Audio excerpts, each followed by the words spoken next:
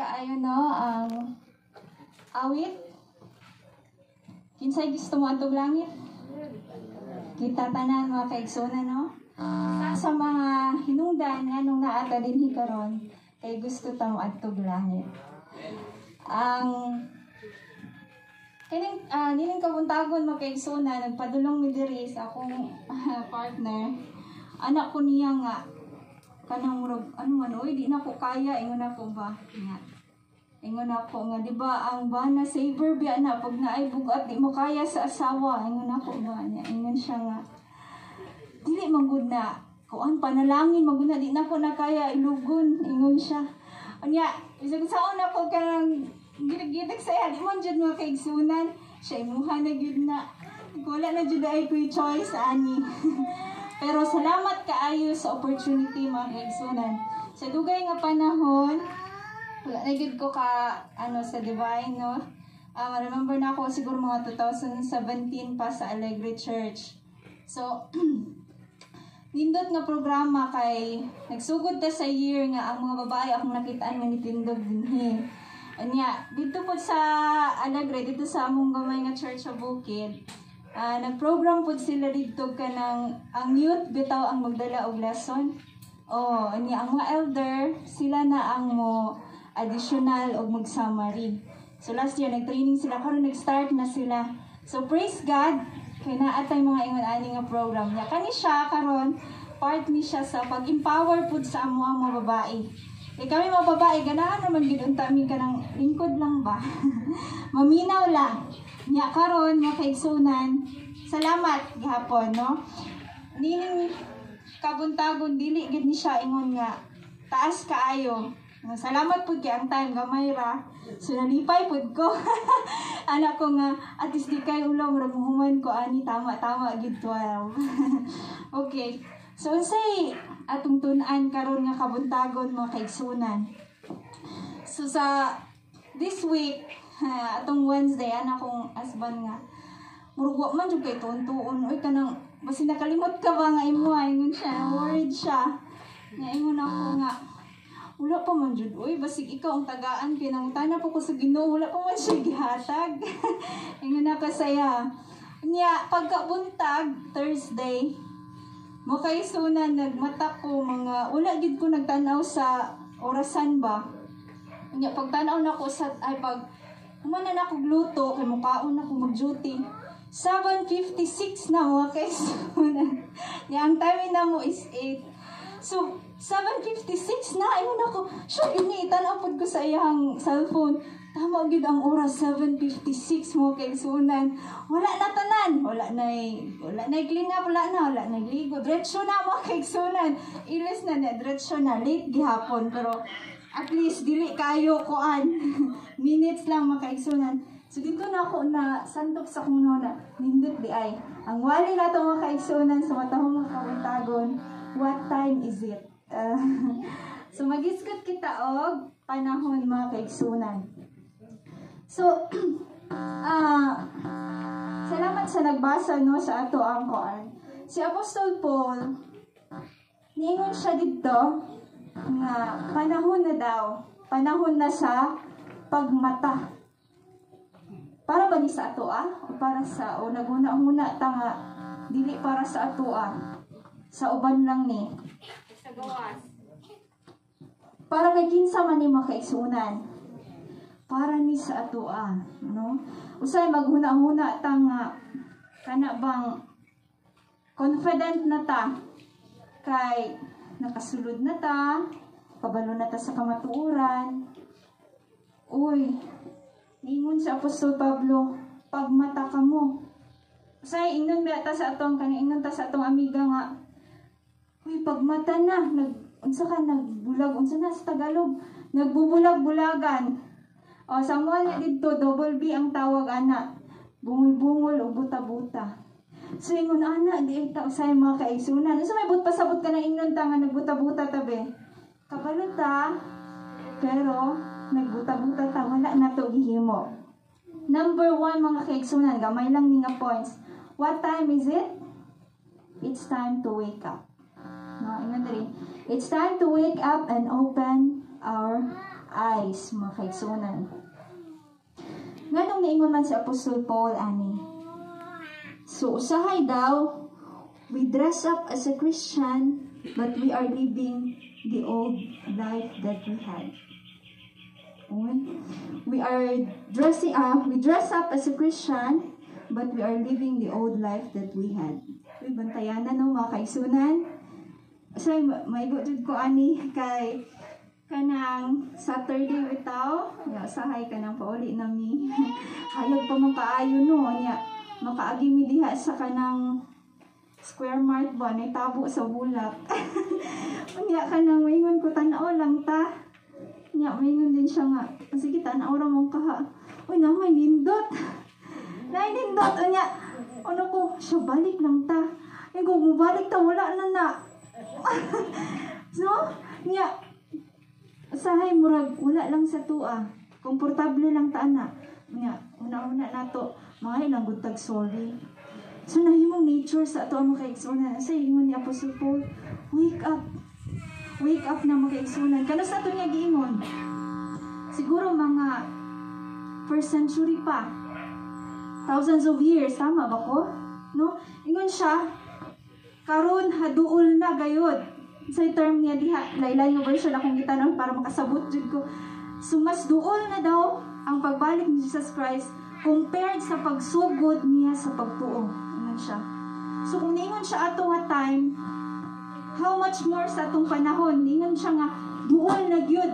Kay duol naman daw sa kung pag-ingon niya duol na. So sa atong panahon karon, after thousands of years, mas duol na gyud. So nagpahinomdom siya. Magmatay di ay tama kaigsunan. Unsa pa? Satan is now using little things to make us sleep unknowingly. No? Bantayanan. Si Satan daw, nangita siya guway nga makatulog ta, nga dili ta makabantay. No? Say, maski sa office ka ng lunch break lang, kung naay medyo bugnaw ka ay nga hangin, makapiyong gid ko. So makatulog ta, nga dili ta makabantay. So unsang paagi makaigsunan? So kamo makatubag pud ana sa imong kaugalingon. Ako daghan kog experience ana.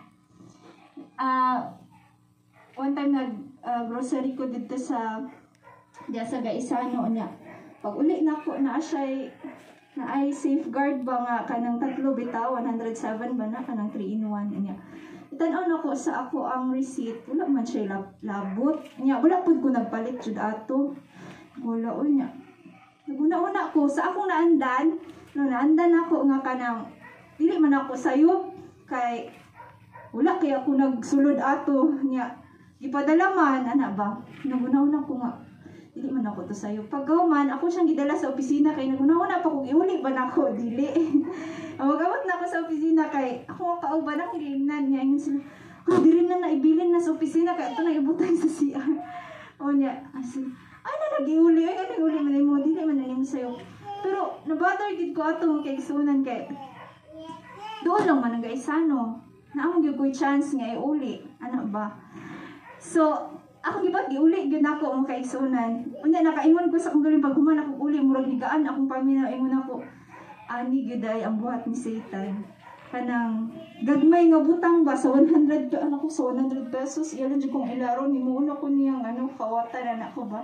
So naay mga butang nga ingon na napilang pud sa akong realization nga sa gagmay nga butang mo kaigsunan nya mahimo na nato mabalik-balik og buhat nakatulog na ta diha nga pag. So sa ingon ni Apostle Paul, it's time to wake up mga kaigsunan. What time is it? It's time to wake up. I-add lang na ako ni siya mga kaigsunan, no? Kanang, ako pong mother, kanang kuan siya lang ang Adventist sa ilang mag-igsoon. So, among 13, so 13 sila kabako niya. Katong time nga, na ano na sila sa akong papa, na Adventist na sila, nga naabot na ko, kanang naa siya yung mga, kanang, kutuon kay mi sa una ba, gagmay paon niya, na siya ka ng mga tinuuhan pa, di mawala. Manulod may gabi siya. Dili manulod o gabi kay ka ng managhan. Kanya, manunglo ka ana sa imong amahan. Kuyawa dahil manu ana. So, over time hapit pud mi naka kanang kuan ba nagasimba na gud, pero over time murag halos ma-adapt na pud namo nga belief nga kanang ana. So ingon ni Apostle Paul, tan-aw nato atong kaugalingon kay basin we dress up as a Christian but living the old life. Nabalik na dahil ko makaigsunan. Okay. Remember, Satan will not introduce the bigger things. It's the small ones that it works. So, dili gid siya. So, kabantay ta ka ng dili ta niya igon sa mga dagko nga butang kay kung i-introduce niya sa atual, bawa lang, introduce niya ang food, di na mo gid ta madala na. No? Introduce niya ang mga unhealthy food, di na gid ta madala. I-introduce niya ang pagsimbag sa hindi, di na gid ta madala. So, asa siya moagi? Dito siya sa gagmay nga butang. So, ato day siyang bantayan mga kaigsunan. Asa siya mosulod? Sa atong cellphone. Usahay. Kanang, maski sa Saturday, murag usay sa mga youth, dito maski sa amoa kanang, dili din malikaya no? Dula sila sa Saturday, dili malikayan, magtapok man sila. So, ingon mga kaigsunan. Number 2, it's time to clean up. So, sa gibuhaton nato human natong mata, mag-clean up man ta, maligo, mag-toothbrush. So, we clean ourselves mga kaigsunan. So, sa espirituhanan nga bahin, ang saon daw nato, after nato magmata, after nato ma-evaluate ang atong kaugalingon ba, kung asa ta nakatulog, unsa daw atong buhaton. No? So, it's time to clean ourselves. Number 1, secure the relationships. Relationships. How are we sa ato ang relationship with our neighbors, relationship with our spouse, relationship with our friends, relationship with our workmates. So, kumusta ta mga kaigsunan? So, sa among sa among unique nga family, very unique gud ni, makaingon ko kay kuan naman ko, born na with kuan, Adventist na gid sila. So, kanang unique kay, kanang, among papa, dili siya kuan, kanang, dili siya, ang iyahang, iyahang pagsabot sa, as father is, nadala gid niya sa iyahang parents po. So, provider lang yun. So, pag kami, kanang, ra gid mi, work, eat, sleep. So, dili mi maka-eat kung dili maka-work. Unya, aside from that, dili pud mi pwede makig-friends, no, sa silingan. Dili mi pwede mulaag. So, work lang yun. And then, starting 5, yun na, tanan. Sa 7, starting 5, ana ang policy. Unya, kanang, wala gid na mo na try nga kuan. Sa church na namo nakita nga, kanang, pwede man di ay, pwede lagi, sa kong ka-ignorante, pwede di ay mukugos ang papa, anak. So, kuan, kanang, dapat wala din na-appeal na kaigsunan. So, ayun anak, kanang, i-secure daw nato atong relationships. So, wala jod, wala na mo na try nga.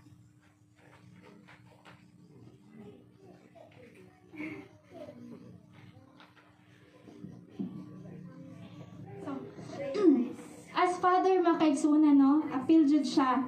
So, secure the relationships. Din ako padayon. Basta yung anak. So, kanang, ano lang. Pero, thankful gyapon kay, syempre, no? Ang father siya man na nag-introduce sa mga sa pagsimba, sa pag-alagad. So, diligid perfect ang atong mga father, mga kaigsunan. And then, na-amaze ko ani mga kaigsunan, the relationship, secure the relationship with your enemy. Nani tayo relasyon sa atong kaaway? Nabasa magud nako siya niya, gi-appeal nako siya mga kaigsunan ba. So, ang sound din nato pag clean up sa atong kaugalingon, appeal di ay ni siya. Secure the relationship with your enemy. Kanang personally, lisod jud ang sa ako lang lisod ang pagpasaylo. Labaw na kanang feeling nako guilty. Kanang mana ko nakasala jud siya ana lisod no. Amot lang ka sa inyo ha. Basta isa sa kung sa ako lang isa sa mga lisod jud kaayo nga kana bang ginapaningkamutan pa nga gusto ipahimo ni Jesus Christ is kanang to love your enemy, to pray para sa imong enemy, to forgive. How do you forgive? Mga kaisunan kanang kabalo jud ka nga guilty siya. Mana ba ta nga di ba mo man sa government nga if you are guilty, then ang punishment imo gyud ato bangon, di ba? Ana man na. Pero unsay gusto ni Jesus Christ mga kaisunan? Ato dili gugmaon ang atong kaawan. Saon ka na no? Ni atong iampo mga kaigsuonan, apil sa pag-ampo. Doon na tayo igsuon sa Linuan Church, bato siya. One time nakabisit ko sa somewhere sa Combal, unahan na siya sa Nabunturan. Gamay po nga church mga kaigsuonan. And then, naaman dito akong friend po, so na-invite ko once, na ato ko dito. Naay ka ng, naisa ka, igsuon na to ba? Yung husband elder to siya niya. Dugay-dugay na to mga 2016. Niya ka ng, ang iyang husband elder niya, unfortunately ka ng, nitabok o laing balay. O, niya, gamay pa iyang baby. Niya, pagka lunchtime, istorya mi niya, naapod si pastor. Nakalimot na ko sa inyo ni pastor, basta Davao Mission to siya. Niya, ana siya nga, natunggan na po na ko istorya siya. Ana, yun sister, ka ng, panagkamutan yun na nimo, ingnan siya. Ingnan siya nga, unya, hayahay kay siya, pastor. Ako pa iyang gipasakitan mo, ampo pa dyan ko para sa iya, hayahay po niya, o yun siya. Unya, ang say tubag ni pastor, makaigsunan, dili na para sa iya ha, para na mahinluan ka. So, anak din makaigsunan, no? Dili na to isipon nga, kung ugmaon na to tong kaaway, kung tabangan na to siya, dili na to isipon nga hayahay siya. Isipon na to nga kini part sa gusto ni Jesus Christ nga aron pod mahinluan na atong kasing-kasing o huna-huna. Second, mga kaigsunan, how to clean up ourselves. Ay, na-istorya na nako, forgiveness. Mana mga kaigsunan, no? Okay. Cast out all the worries and replace it with full trust to our Almighty Father. Cast out all the worries. Lisod po. Sa ko, lisod tanan. Marag ako yun, para sa ko agad ang mensahe, naigugid ko, ganahan ko. Cast out all the worries and replace it with full trust. So, isa po din ni siya mga kaigsuunan. Unsaon man nato pagpadayon sa ato ang life, unsaon nato pagtabang sa buhat, unsaon nato pagpadayon sa atong kinabuhi kung puno kay ta sa kabalaka. Kung atong kasing-kasing kanang daghag sulod, sahay na atay pagdumot, kasuko, mga kahiubos, nya plus pagyud sa mga kabalaka kanang aside sa kabalaka sa financial, napatay emotional, sa mga anak, daghan kaayo no kanang sa tawhanan nga kuan dili gyud malikayan nga mabalaka ta. Pero kung gusto day ta nga mahinglo atong kasing-kasing una-una makaigsunan, atong paningkamutan nga mairis siya o pulihan daw nato og full trust. So isa ka friend ako nag-advise sa ako, Adventist po to siya, ingon siya nga. Kuan ba na friend ka nang sign ba na ang kulang jud kag trust kay ako na dali ra gid kay ko mabalaka. Dali ra gid kay ko mabalaka. Sige nan ko niya. So nakuna-una pud ko. Tama no? Ang kana di ay magduha-duha ta. Kay ingon ba ang Ginoo nga bisan gani ang kalanggaman sa pagkaon kana mo-worry ta. Wala gani, di ba? Wala nag-imbak, no? Pero ang Ginoo nag-atiman kanila, how much more nga kita makaigsunan. No? Ang Ginoo dili gyud magpasagad sa ato ah. I remember one time mga kaigsunan sa kanang first employment nako sa BPO company kanako sa Center Bitaw. First employment pag nako to mga kaigsunan medyo bugat sa ako ba kay kanang diretso jud ko sa akong field unya. Ana medyo bata pa ka, wala pa gyud kay actual nga kuan. Kaya nga mo OJT dili man siya pang HR, hindi mo man sugo-sugoon lang ba mag ano sa office. So wala gid na mo na ano among field. So pag abot na sa actual gyud nga trabaho, na sangko ko dito sa ano sa Accentria niya. Kanang tatlo lang kami sa HR, so isang manager, isang payroll, then ako sa recruitment. And then mga 3 weeks pa lang, 3 weeks sa akong duty. Bago pa lang gid nako na kuan sani nasabtan ang flow sa business, nasabtan akong function ug sa akong makauban. Ningon na mo ang itawag ang ako ang supervisor sa HR siya nga Ruth, kanang mo leave ko 2 weeks niya, kanang dili gid ko kaanha, maski leave ko dili kay ko nimo maano kay magbakasyon daw siya.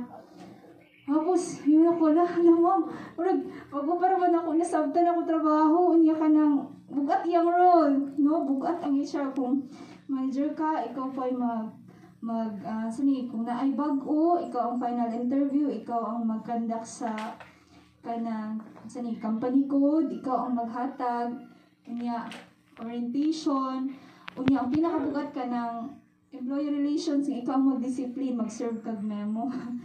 Unya ingon siya, ikaw na bahala darot na ay kuan diha na memo diha i-serve na lang unya. Napadjud to siya gihulat nga kanang ka-meeting nga client nga Australian pa jud to siya katag iya sa account niya. Dili na ko masabtan ang accent mga kaigsunan kay ang accent sa Australian bitay kaayo og ano last nila nga ano syllable bitay kaayo na dili na ko kay siya masabtan. And then pagkabuntag ingon siya una ginag-serve ang memo. Kula mo nagsaon ako pag-serve niya provided nga katong i-discipline is 5 years in service. Unya ako kay weeks pa lang. Unya gi pa jud to siya nga issue siya og kanang cyber ano sa office ba unya. Ingon ako halang ma'am unsaon man ako ni siya nga sige lang dapat mo ka nga confident ka, dapat mo ka nga kuan siya. Wala niya IUP pa jud mi didto English only policy. Wala oy masawayan did ko ani English ko sa man ang HR dia oy di man day nakabalo. Ano ko dili pa ko kanang sa IUP ba dili gid ko consistent usahay. Nya mao to kabalo mo kay sunan. Grabe. Kato nga time wala na kay ko nagsimba ato pero that time grabe akong ampo. Kanang ano ko halo uy maunawan gid ko kay syempre ana man jud na no kanang sa operations chismiso nila kalaban man nila ng HR labang dugay ang sweldo dito jud na sila sa HR ko halo uy nya halo ara pud mga kaigsunan na serve na ko to siya pero grabe ang akong pressure no mura ko kanang sige pugtugtog sa opisina wala unda akong trabaho muna akong gibati makaigsunan pero kato siya nahimong training ground nako. Grabe akong pressure gyud hangtod na human nga nibalik si ma'am. Og akong kwento sa iya sige siya katawa kana ko ma'am mura ko ang diri ma'am ingon ako sa iya.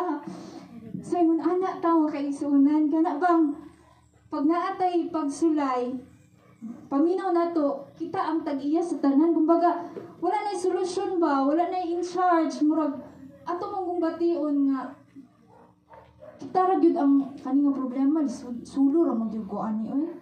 Kanang atong ginakalimtan nga atong Ginoo wala siya naga-leave no wala may leave ang Ginoo na siya permi kanang ma-pressure ta usay makalimot ta nga ay naman day in charge nganong ako amaning kuanon ba lahon tanan nga naman day ang Ginoo no dili gid mo leave ang Ginoo makaigsunan maskin pagtungang gabi duty gid siya para sa atoa no wala gid nagkulang ang Ginoo para sa atoa so muna siya makaigsunan ato lang jud ay kanang mga pressure mga kanang tanang kabug-aton no sa atong pamilya sa atong anak daghan jud kayo ginakabalak-an mga kaigsunan pero unsa di ay replace it with full trust for Almighty Father. Next mga kaigsunan unsa gito nga time to clean up. Appeal ko siya makaigsunan para mahingluan daw atong kasing-kasing og huna-huna. Okay. After sa clean up mga kaigsunan, sa itong ginabuhat sa itong balay, sa itong ginabuhat kanang maligo ta, toothbrush.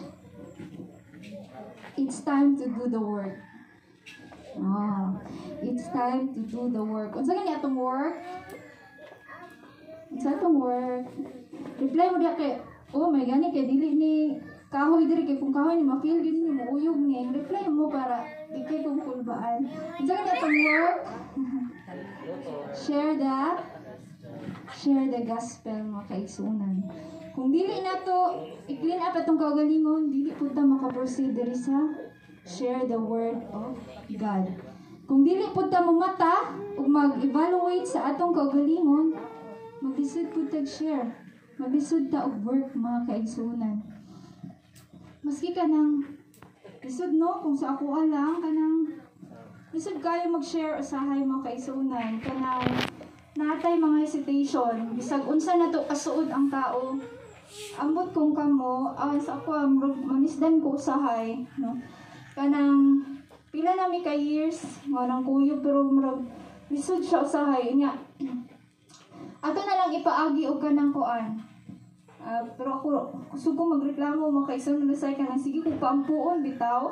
Konsensya ko kay kanang moro ginamoy ang taoy nga makadungpod sila kuan pero reklamo ko kanang iba sa ato kanang sa trabaho kita ang pirmi. Anohon, kanang naay kaon-kaon, tingala ko nila, sige sila, no, dali na.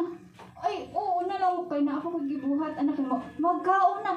Oh, magkaon di ay mo, wala man di mo ampo. Iya ka nang, say, reklamo pa tanong, nga maorgi na ang way nga makashare na lang ta. Reklamo ko sa'yo, kaigsun, kaya halos, kung naay halos kada adlaw mag-snack ta mo. Ako naman jud diri pilang takawo ko 20 plus. Oh, yun na say. No, wala ato ang ihatag sa Ginoo sa ato ang makabalutan mo ampo. So at least mga kaigsunan in that way makadungog sila. Isud lang yang po say ka na libog ka, di ba? Report ang sudan ba? Lisod ka. Di ka lang antoy ng isudan. And then another way mga kaigsunan, how do you share the word of God? Your life is a message. Okay. So mga kaigsunan, ka na bitang dili kita kabalo mo sani, dili kay ta wala gyud tay dili para sa uban ba nga najigasa sa pag-share, naagay ka ng talent. So kung kuan mga kaigsunan, ang atong life, no? Kani atong kinabuhi di ay nako gyud ni nga mensahe. Pero unsaon siya pagayong mga mensahe kung nag-struggle pud ta, no? Lisod siya. Lisod moingon sa tao nga kani siya dili maayo pero mao pud imong ginabuhat. No, maglisod tag mensahe kung ang atong kinabuhi mismo wala nato na kinabuhian kung unsa ang gihatag ni Jesus Christ sa ato, unsa iyang gusto ipasunod sa ato. Sunsaon na to pag mensahe, no? Katong time mga kaigsunan nga gioperahan ako mata kay unsa ni kanang di na ko kaklaro bagi nagpa-laser na lang ko. So sa katong time nga nagpa-laser ko sa first check-up, napansin ako nga si Dr. Tolentino kanang sa Brokenshire, nag-eyeglass man siya. Nag-eyeglass siya niya, ingon siya nako nga kani laser mo gini the only solution nga dili nga mag-eyeglass kay mabalik nag perfect vision imuhang mata 2020. So after di ba 2020 man na ang perfect vision. Ingon siya nga kay dili na ko gusto ng eyeglass kay feeling ako madugangan akong edad na. Tiyamot ko katigulang dok di na ako ma-eyeglass. Ingon siya okay ano daw willing sa procedure magpa-laser. Pero pag second check-up na po kay kuan man to duha ka check-up dayon procedure na ano ko nag-eyeglass man gyapon si doc niya. Sige siya promote nga ato lagi niya yang wife po daw na laser na po daw niya. Anya ko lang saan pagtuon ako ani nga kanang nag-eyeglass ni ang tana jud ko niya kay sunod wala ko nahimutang kay magpa-laser na ba ako pagka next na ko visit niya. Ingon siya ay kani ako eyeglass. Ingon siya wala ni grade siya, wala na ni grade akong mata, nagpa-laser na ko. Tapos makaisunan di ba pag wala siya ka ng grade, dili siya baga, wala reflection nga nagaana nga shape sa front ay sa kung imong tan-awon sa likod nya. Pag dili na ako makaigsunan baga iyahang kuan yan ay ka ng Ang say tawag pareha sa ako abang katong ginasuot na ako before pa ko nagpa-laser ko. Dili ko mo to ani ni Doc kay kanang dili ko mo to nga nagpa-laser siya. So ingon ana pud dayon kay sunan kanang kung mamensahe daw ta i-sure pud nato nga ang atong gimensahe atong napinabuhian. Kaya wala ko mutuo sa ato no lisod kaayo nga mayroon ta nga maugid ang Sabado igsuon maugid ni ang gibalaan sa Ginoo gipanalanginan maugid ni ang nato nga adlaw sa nga ipapahulay pero basig makit-an ta sa ato ang igsuon nga giingnan nakit-an ta sa mall makaigsuonan Sabado so lisod so dapat ti ay kung mag-share ta or mag-do the work make sure nga nahuman na nato to number 1 o number 2 mga kaigsunan. Number 4 man ni mo kaigsunan. Ay mo kabala ka diha kay 3 minutes na lang mag 12. Okay, number 4. So if we do the work, unsa ganito mahitabo kung magtabangan nato ang buhat, mahuman ang buhat. Muna gina-promote sa atong mga pastors na kung magtabangay lang gyud ta, especially ang mga youth kanang mapadali ang pagbalik sa Ginoo. No, madali ug human ang buhat. So number 4, what time is it? It's time to dress up. It's time to dress up. Isa na lang ka story mga kaigsunan. Last 2017, nag-invite ako ang kanang office mate, kasal niya. Nga naghatag siya mga invitation. Nga, nag-ingon siya nga, basahon dyan daw ang invitation mo kay Sona. No? So, sa balay, akong gibasa ang invitation. Nga, adyo'y dress code. Dress code. Nakabutang pag yun. Aside sa dress code, gibutang niya ang color. Napag-specific ang mga color ba? Gibutang niya o gichikan pag niya. Specific dyan kayo. Mo dito, ana siya. Gibutang yun niya kapag kabuntang ako. Grabe po ito yung mga uy, daghan po kayo instruction sa dress code. Napay na written. Napay colors nga yung gibutang. Yun siya, ako ang dyan sure nga, wala gyud mag-white. Ako rin mag-white. Kana maka-white, di yun ako napasudlo. Yan siya. Ano, gabi na? So, kita makaigsunan, unsa man atong dress para sa langit. Bisti sa pagkamatarong. Makaigsunan. So, dili ta makabaton sa bisti sa pagkamatarong kung dili ta suluban ni Ginoong Hesus. Kaya kung kita lang sa itong kagaling, kabalog kita na dili. Dili ta mahimpit kung kita lang. So, unsaon nato na makasulob ta niini? Sige to? Number 1, what time is it? Wake up. It's time to wake up. Number 2, it's time to clean up. Number 3, it's time to do the work. And number 4, Dress up. it's time to dress up mga kaigsunan. Unta sa mubo nga mensahe, dili tayo naputlo gamay mga kaigsunan. Salamat sa opportunity o dalaygon ang Dios ni takna sa kaugtong. Amen.